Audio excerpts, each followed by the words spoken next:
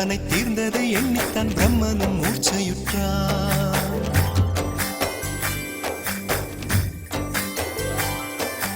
மின்னலை பிடித்து மேகத்தில் துடைத்து பெண் என்று படைத்து வீதியில் விட்டு விட்டார். இப்படி இன்னொரு பெண்மையை படைக்க தன்னிடம் கற்பனை தீர்ந்ததை எண்ணித்தான் பிரம்மனும் மூர்ச்சையுற்றார். அவளின் நாசிக்குள் நுழைந்த காற்று உயிரை தடவி திரும்பும் போது மோட்சம் அடைந்து ராகங்கள் ஆகின்றதே.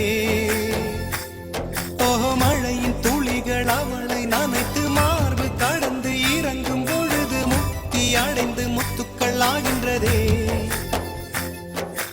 மின்னலை பிடித்து மேகத்தில் துடைத்து பெண் என்று படைத்து வீதியில் விட்டு விட்டார்.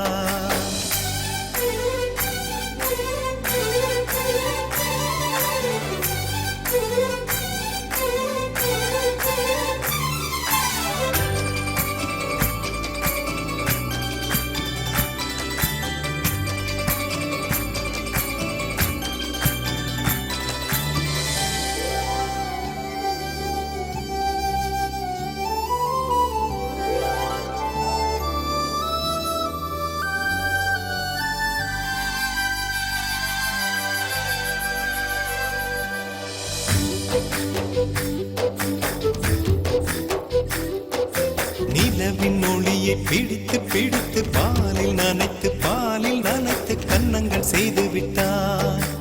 உலக மலர்கள் பறித்து இரண்டு பந்துகள் அமைத்து பெண்மை சமைத்து விட்டார்.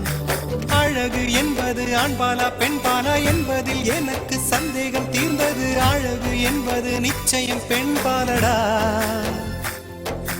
கவிதை என்பது மொழியின் வடிவம் என்றொரு கருத்தும் இன்று உடைந்தது. கவிதை என்பது கன்னி வடிவமடா. மின்னலை பிடித்து மேகத்தில் துடைத்து பெண் என்று படைத்து வீதியில் விட்டு விட்டார்.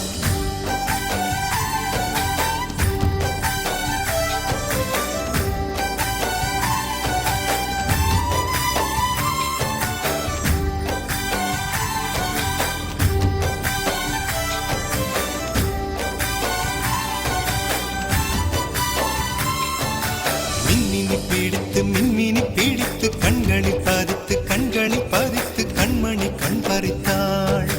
தங்கத்தை எடுத்து அம்மியில் அரைத்து மஞ்சளாய் நினைத்து கண்ணத்தில் குழைத்து ஜீவனை ஏன் எடுத்தாள். காவித்துறவிக்கும் ஆசை வளர்ப்பவள், அருகம் புல்லுக்கும் ஆண்மை கொடுப்பவள், பெண்களின் நெஞ்சுக்கும் பித்தம் கொடுப்பவளே. ஓஹோ, தெரிந்த பாகங்கள் உயிரை தந்திட, மறைந்த பாகங்கள் உயிரை வாங்கிட, ஜனனம் மரணம் ரெண்டும் தருபவளே. மின்னலை பிடித்து